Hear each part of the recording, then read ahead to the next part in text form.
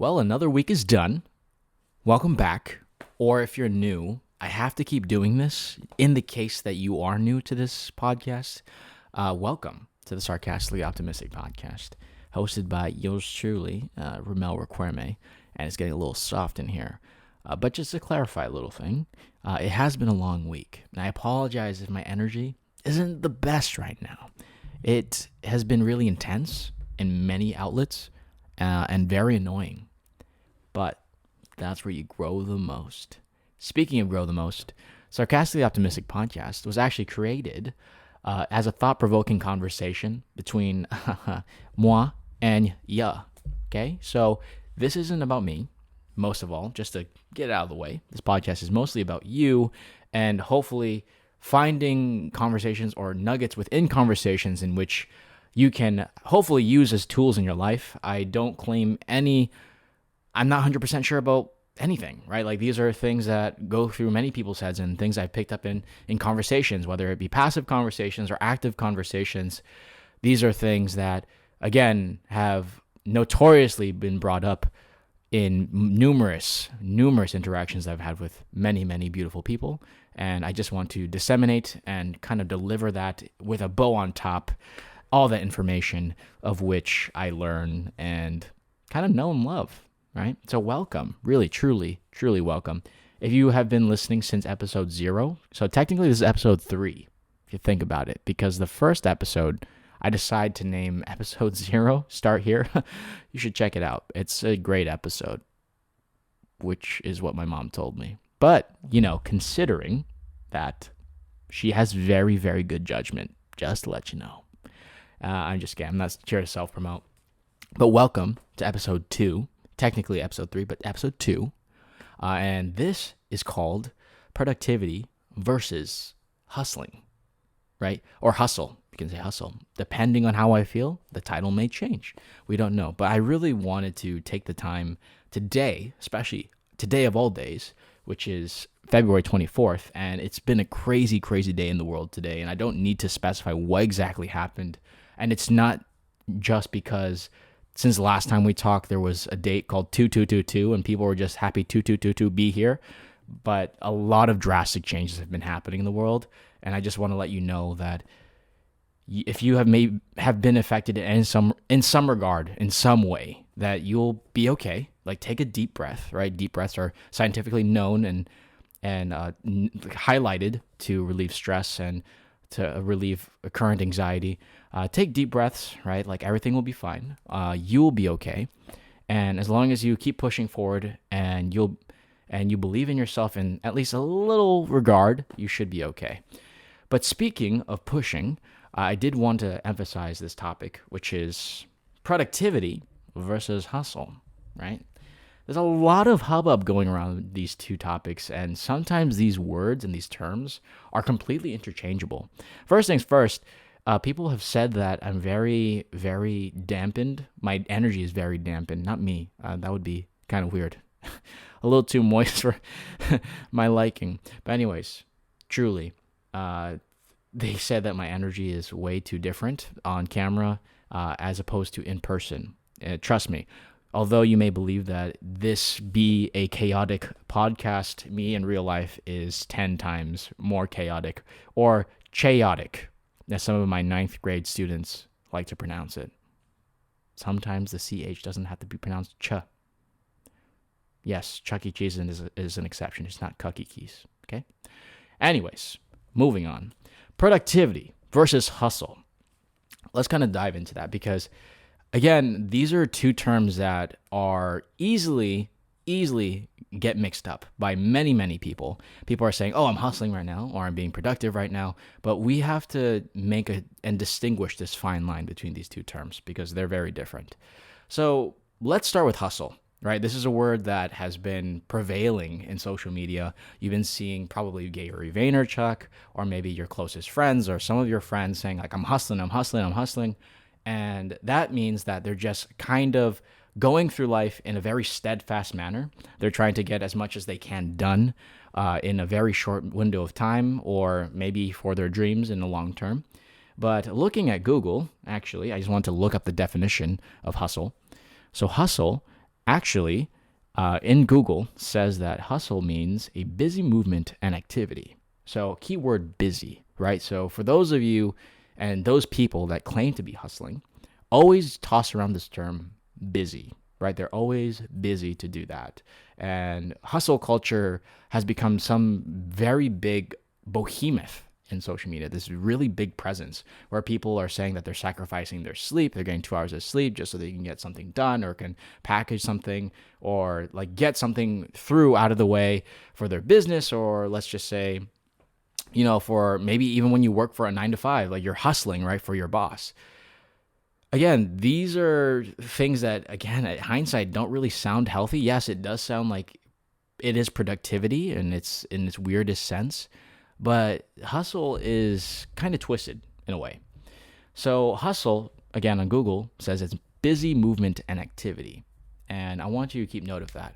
Because with the hustle culture, if you actually look at it with a clear set of eyes, let's say a fresh pair of eyes, you can see that there's a big term that gets tossed around is sacrifice, right? If you're hustling for something, you're technically sacrificing something else to have that something. So again, for people that are hustling really, really hard, tend to probably not get that 8 hours of sleep that's recommended by literally every doctor on this planet. Maybe some doctors are kind of like under the table and don't recommend 8 hours, but scientifically, it is proven that 8 hours is probably the sweet spot for sleep, or at least for REM sleep. And when you hear people hustling, they typically have to sacrifice something. And that doesn't necessarily mean something tangible. Like they don't have to like give up a quarter for every time they, have to, sacrifice sleep or anything. But they have to give up time for like maybe they have to say no to maybe a date, or have to say no to hanging out with family or having some family time.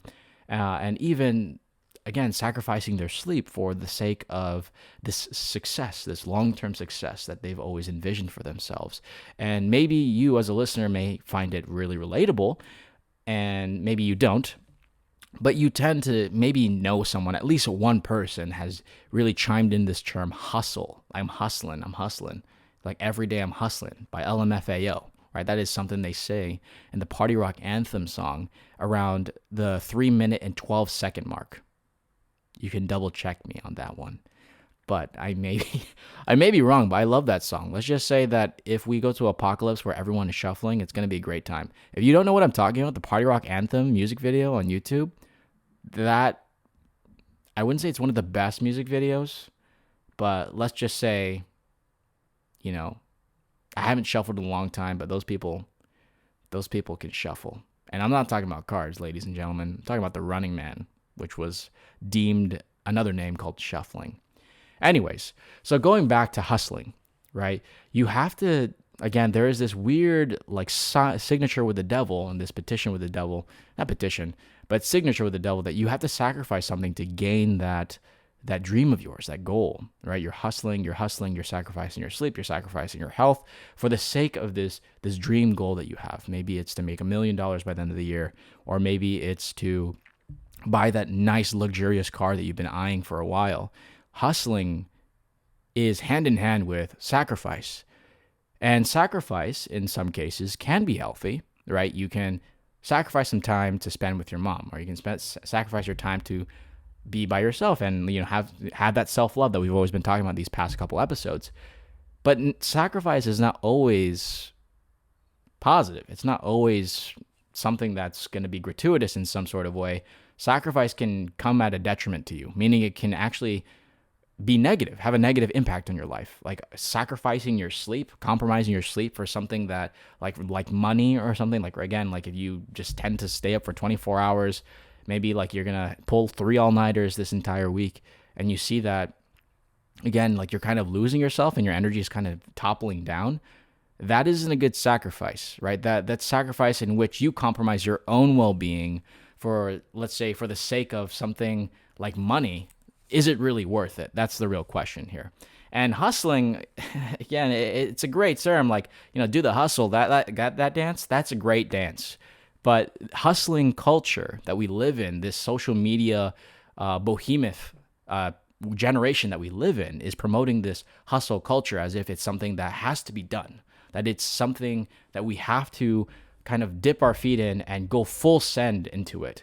But I'm just here to tell you that hustle culture, it may sound great. Like, yes, you may be able to afford that Ferrari down in the future, but at what cost? Right? That's exactly what Gamora asked when Thanos snapped his fingers in Infinity War. Right? At what cost? Right? And that is what sacrifice is. And that's a very scary question to ask yourself, especially when, you realize that you sacrifice more of what you love for something far, far in the future, right? And then you're gonna be an old man enjoying that Ferrari, and you're like, damn, I can't even drive stick. I totally forgot. So, anyways, hustle culture. It's again, it may sound great, and it may look and look amazing, right? People driving fancy cars and hustling and whatever. But maybe it's not for you, and maybe it may detrimentally affect you. That's not something that you should be compromising yourself in your own well-being as a person, right? That is not something you should compromise in any regard. And hustle culture tends to, again, oversee that for the sake of something tangibly successful like money or cars or something like that. Now, hustle is kind of a contrast to something called productivity. Now, this is a term, and shout out to all my college students out there. Productivity. You want to be productive. You want to have a productive day. How was your day today? Oh, it was really productive. What the hell does that even mean? And why the heck is the word product in it? And duct, like duct tape. Let me tell you, the latter end of my sentence, as in duct tape, and duct being in, like, has nothing to do with productivity. I don't think so. Well, let's just say productivity is kind of like duct tape. Like it helps serve as the adhesive to all the great things in life.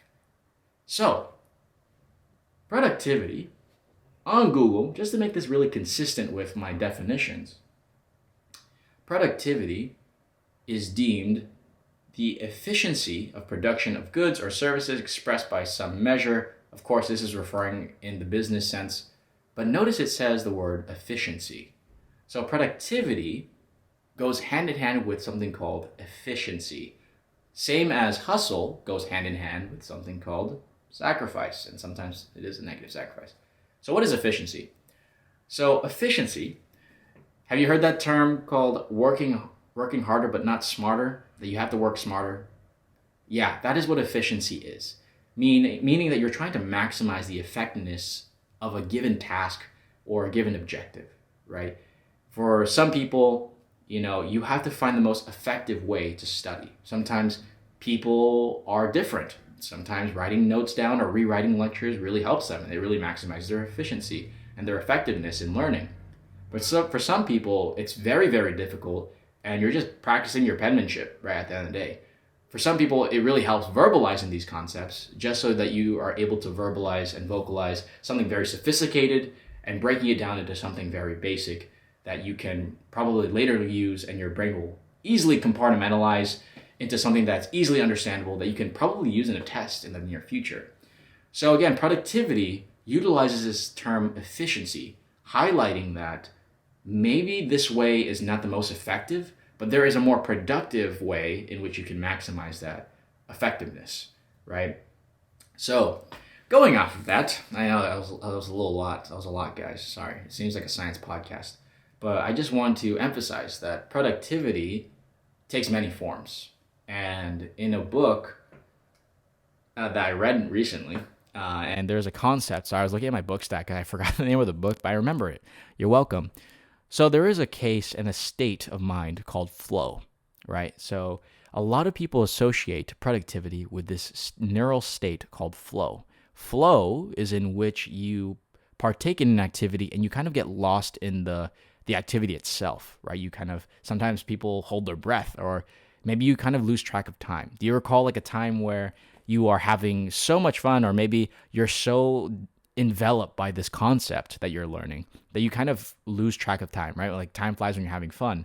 So that's essentially what the state of flow is. Flow is a state in which we enter where we forget about time and we maximize essentially our ability to learn and our ability to kind of take in information, right?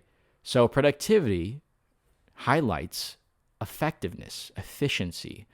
So entering the state of flow is actually extremely important. And I really want to kind of continue this little thing and like discuss 3 points in which really will help you highlight productivity in your life as opposed to hustle.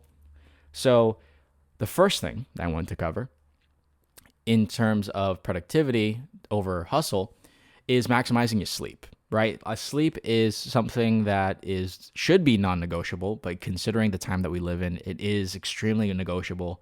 And I'll tell you guys now that is probably not something that you should probably, give up a little bit. Like, that's not something. There is a book out there that you can probably read or probably listen to, or even just look up a summary or spark notes of this.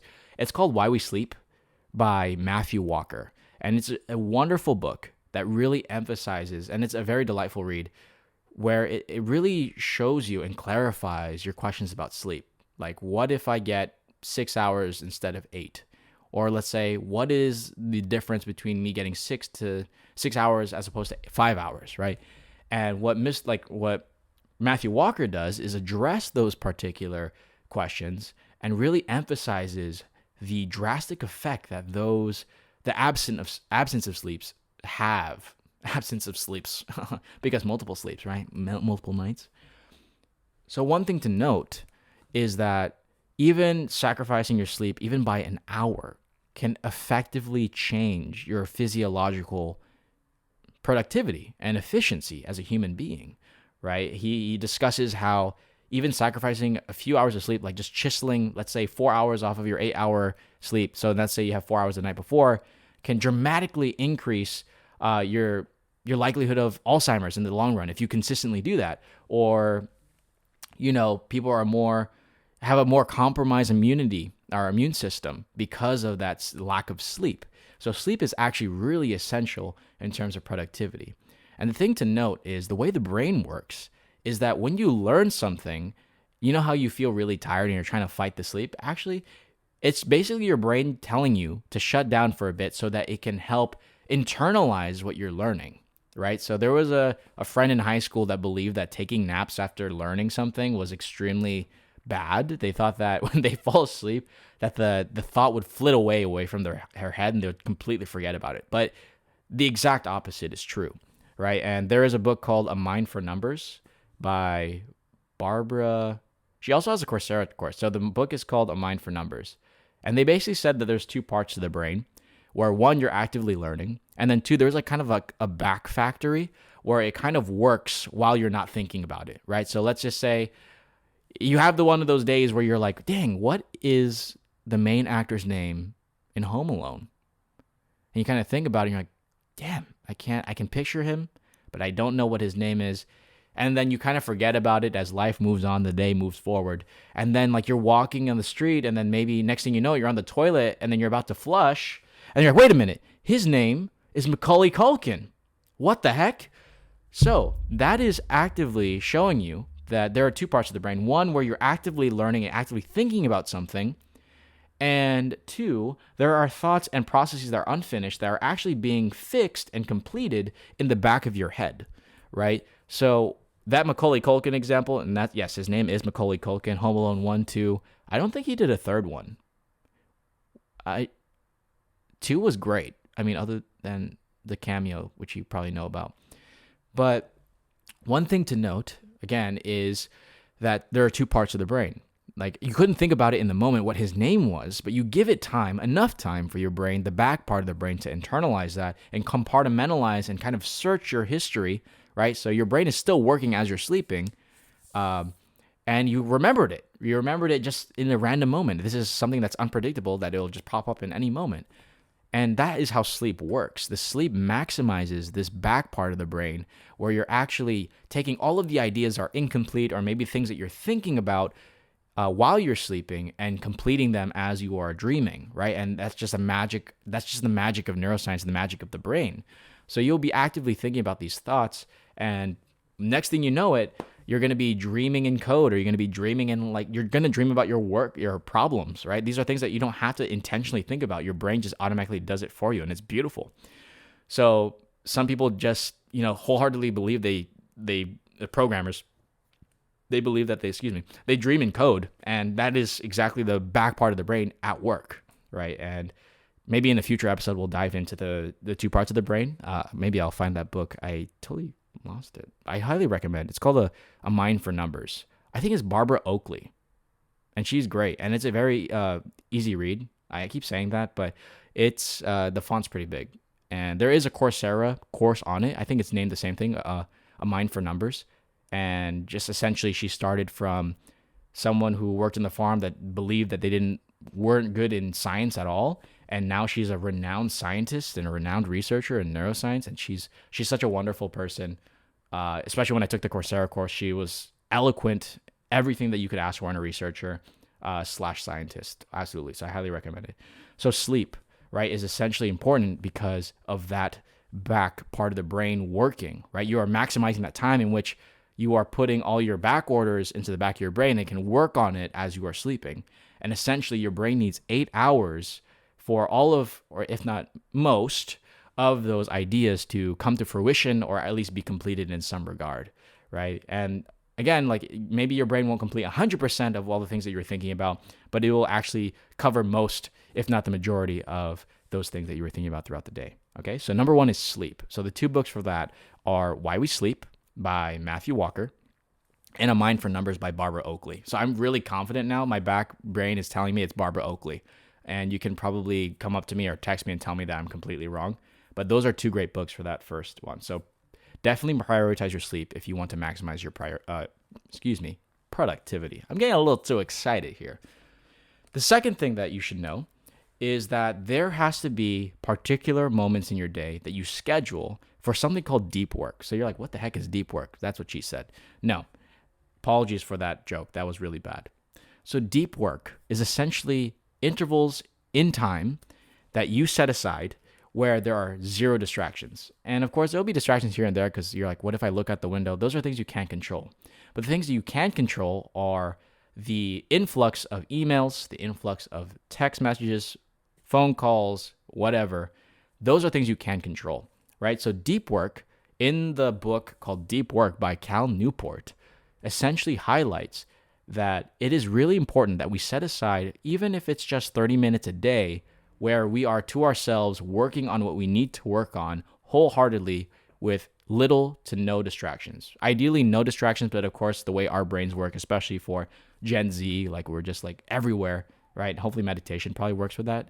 But what Cal Newport is saying in his book, Deep Work, is saying that deep work intervals, or these times in which you reserve for working, are extremely essential because that's how you can maximize your productivity. For those of you that are like, oh, I'm going to do a 4-hour or 6-hour study session, here we go, like crack your back. And, sorry for those that really get freaked out by cracking noises. I can just crack my fist. But he's essentially saying that if you maximize these even 30-minute intervals of intense study sessions or work sessions, you can actually get a bulk of what you have on your to-do list for that day because you have zero distractions.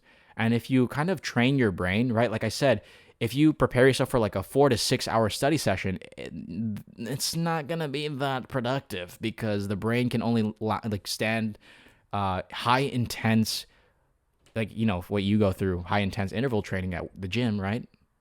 Right? Nah, I'm just kidding. But the high intensity of learning, the brain can only take so much in so little time, right? So that's why it's important to block off maybe 30 minutes even, right? Just kind of cluing in your brain. Some people even put 15 minutes where it's just no distractions. Like maybe put your phone on airplane mode or whatever that may be.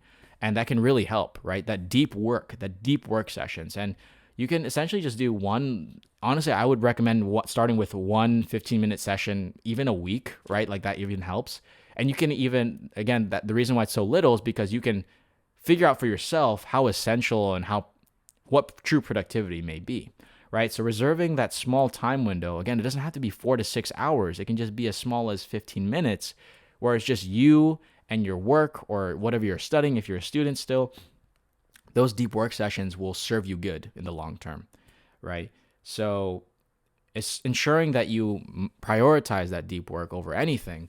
That is really what's going to help you. And again, this was a concept that was coined in, or at least the term deep work was coined in by Cal Newport in his book Deep Work. I highly recommend you check it out. It's a great book. Also a very short read, actually. Cal Newport's work is really great. He also wrote like how to be a straight A student in college, how to be a straight A student in high school. He's a great researcher. I think he's a professor at Georgetown, and he's contributing his computer science knowledge there. But he's also an author on the side, so you can clearly tell he is utilizing this deep work sessions that he's been really advocating for, because he is a professor, he is a researcher, and then now he's an author also. So he is a monster. He is a beast in this self-productivity world that we live in. So I definitely recommend that you check it out. And then the third thing. So the second thing, again, was deep work, right? So the first thing was sleep, deep work. And then finally the third one, which can vary depending on the person, right? So the third thing that can really help reinforce or bolster your productivity is time spent with others, right? And this is, again, up for discussion, but this is something that really helps people really come out of their comfort zone, where they're talking with others, conversing about the ideas that they have in their head, and not really keeping it to themselves, right? So great ideas are never going to see the light of day if they're just going to be kept within yourself, right? And that's something that my roommate always talks about, which is such a beautiful thing, because there are beautiful thoughts that run through your head every single day, and you know it, right? And maybe you undersell it, and maybe you think that they're not as beautiful as you think, but maybe other people will find that beautiful. And I just need you to note that when you spend time with others, right, there's this great quote that Jim Rohn says, and he's also a self-help guru, and he says that you are actually the average of the 5 people that you hang out with. And that is something that really you should take into consideration. And it's funny because my grandmother used to say, "Show me your friends and I'll tell you who you are." And as a kid, what? Like, what? He's like, what does that mean? Like, just because my shorts are baggy, then because my friend... Well, it was true. Juan, I know you're listening to this. It's because of you I wear baggy shorts. Not even baggy pants, it's baggy shorts. Like, don't even wear any pants in general if it's just baggy shorts. Just saying. Just my opinion. But anyways, spending time with others. You are the average of the 5 people that you hang out with. That's what Jim Rohn said in whatever, insert book here, because he wrote numerous books on self-help and self-guidance and all that good stuff. So spending time with others. And again, this varies. Like, you can be an introvert and you're like, I don't really want to spend time with others. One, you can find key people that you trust. Like, we always have those key friends that will give us the most honest opinion about what we're currently talking about. But then also, you can also spend time in nature, right? There are a lot of things in which people utilize nature to circumvent their thoughts. They can find things around them that kind of give more meaning to their thoughts. And you'll kind of see this from, I think, there was an author that, I think it was Walden.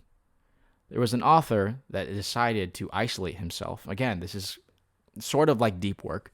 He decided to isolate himself in a particular part of the forest, and I think the book is called Walden, and he was isolating his thoughts and seeing what kind of beauty will arise from this isolation, from this time with him and himself, right? If he's going to be within his cabin, or between him and nature. And he wrote a whole book about it. It's called Walden. Definitely check it out. I think it's in a place in Massachusetts. Again, I'm not the smartest person in this room. I'm the only person in this room, but I'm still not the smartest. But the book Walden is essentially what was the product of him taking that isolative journey, right, and discovering answers around him. So spending time with others is a great particular thing to do, right? You can share ideas, you can share opinions, you can get feedback, all those wonderful things, and it really helps really maximize your own ideas and your own thoughts, right? You need some reassurance. I mean, I'm here always, every week for you, but you always have friends that are there in the speed of, one text message, and they're always going to be there for you. So just know that spending time with others and finding your community or finding those set friends that you have, you are like the average of those people. And it's kind of weird to think about because you're like, what? I'm my own person. But have you ever done something and then you like stop for a second? You're like, wait, that's what X would do, right? Or someone would do. Like there's some particular mannerisms that probably rubbed off on you. Not in that way, but you know what I mean, that you kind of picked up from that person. and you're like, what happened, right? Because of that influence, right? And here's another book. So here's another good one. Third one for time with others or time with nature. So on top of Walden, oh, excuse me, oh my Lord, I just hit the mic, is something called Go Wild by John Rady. And this talks about many different things. So again, it's called Go Wild by John Rady. And it talks about just the well-being, right? And one of the first things that he kind of talks about is the need for others, the need of storytelling with others, right? Or with nature, right? A lot of the early days, right? Like, let's look at the Neanderthals, always ran in packs. And whenever there was a fire, there was always stories being exchanged. Even if you see like the Nordic tales and all the old like Vikings, right? If you see pictures of them, they're usually gathered around a campfire, sharing stories or sharing like cries of battle, right? And that is what's going to contribute, again, to your productivity, where you can receive feedback, people can hear your opinions, and also seeing the happiness of people's faces, seeing that maybe they share similar thoughts with you. That reassurance will really bolster your productivity and also your own self-love and self-belief in your own self, right? Just saying. So again, productivity is about maximizing efficiency. And this has been a really long episode. I really apologize. I really hope that you find some tools that you can use. Again, like, I am not like in any regard 100 like a verified or licensed physician, doctor, or whatever, but these are things that I've probably picked up from my reading, and again, picked up from people around me that have really affected me deeply and made me the person who I am today. So to recap, right, productivity versus hustling, those are two very different things. Hustling requires you, usually, especially in hustle culture, requires you to sacrifice something that's very dear to you for something that's going to be later down the line, and it may be money or so. But taking time to think about it, right, what's really important is what's happening right now and how you're interacting with people right now and how you're making others people feel, right? Productivity, again, is maximizing your efficiency, right? That doesn't mean that you're going for money, but you're just trying to make the best possible thing in the given moment. And that's exactly what we all are here on this earth for, what we're here to live for. We're trying to make the best product possible, whether it be the best self, right? Putting your best self forward, like I always say, or making the best, document for work, or the best work of art that you can in that given time. Right. So the three things that really help bolster and reinforce your productivity, again, are sleep, right? So maximizing your sleep, making sure you're getting those 8 hours, and try, again, maybe you're like, no, I don't really 8 hours. What? That's like a hard ask, man. I know it is. And sorry, like my computer just froze, but 8 hours, try to get 8 hours, maybe 7 to 8, 7 is completely fine too. But maximizing your sleep as much as you can. Don't go above 10. It's not recommended because after 10, it seems like there's detrimental effects for the brain. But 7 to 8 or even 6 to 8, right? If you're really pushing it, don't push it too much. Really helps with your cognitive abilities, right? And that book for sleep is Why We Sleep by Matthew Walker. So that's something to keep in mind. Number 2 is deep work, essentially reserving and sculpting out those times in your schedule for deep work, where you are just you and the work, or you with nature, for you to work on the hardest, or if all the tasks that you can with little to no distractions, deep work, right? And up to par to that book for that concept is called Deep Work by Cal Newport. So Deep Work by Cal Newport. Definitely recommend, especially all of his other works. I think his latest book is called Digital Minimalism, which kind of goes off and jumps off, as some people say in conversation. It kind of jumps off of what deep work started. Deep work is essentially the foundational thing in which a lot of people talk about, and you'll probably hear from self-help videos on YouTube and a lot of articles, right? And then the third one is spending time with others, right? That finding that community, finding those set friends that really help you and push you to be the best version of yourself that you can be, that always actively listen to your problems and give you essentially honest feedback, because you don't want people to be kissing your butt all the time, and you don't really necessarily grow. You need some constructive feedback in order for you to learn properly and to learn in the most effective way possible, right? So a good book for that, which touches on a lot of different subjects, but it does go through that, is Go Wild by John Rady. So another good book that just came to mind that was recommended by one of my mentors at UCLA, shout out to Melissa, is The Culture Code. So it kind of discusses, again, that community building and how it really bolsters the activity in your brain, and it really actually increases your happiness level. Finding those people that, again, are really honest with you, give constructive feedback, and most especially are active listeners that will actively listen to your problems or even your opinions on things and help kind of construct those opinions. Even if you don't fully believe in yourself, those people will always be there to catch you, as I will be there to catch you. So this is just a little advertisement that I didn't put into my previous episodes, but if you're going through something, if you need someone to talk to, I am more than open. For those of you that don't have my number, you can email me. I guess, I don't know. You can DM me on Messenger or Instagram or whatever, but not like, the weird way. But you can feel free to message me. I'm always here for you. I'm always here to talk it out. This goes for my students as well. This podcast does go out, and I'm publicly advertising it now. But I'm always here for you. Just let me know if you need anything. This was kind of like a weird, darker episode, and it's definitely a weird transition from one of the, the other two episodes where I was like a little quirky. Quirkiest is not even a word. Quirky and a little energetic. Sorry, it's just been a really long week. A lot of things have been happening this past week, and it's kind of getting to me. But I just hope that, again, I provide you with some sort of nuggets and learning and knowledge that you can probably use. Again, these are not nuggets and knowledge that I constructed myself. Again, I just kind of structured it in a way that will help you, right? So point in case, and then a book, point in case, and a book. And trying to summarize as much as I can what the books are trying to tell you as a reader, or a listener in this case, to the best of my ability. So I apologize if I was stumbling a lot in this episode. And a lot of people, let's get this out of the way, are saying that I need to give myself more self-love about my voice. It is an insecurity I'm working on. Trust me. So I appreciate everyone that, oh my God, I'm like, if you're watching this, I look like Tobey Maguire in Spider-Man 3. So thank you so much for listening, guys. I really appreciate everything that you have all said about this podcast. A lot of constructive feedback has been given about this podcast. Again, like, not all of it has to be positive, and I really take it to heart. Not like personally like that, but it helps me build and construct a better episode every time. So maybe next time I catch you, there may be a special guest. Wink, wink. Oh, you better stick around. I'm just saying. It's going to be a great time. I really enjoy, and it's really a delight to have all of you listening. This has been a really long episode. Oh my God, it's 37 minutes already. It says 37 minutes on the camera. But I love you guys. Thank you so much for listening.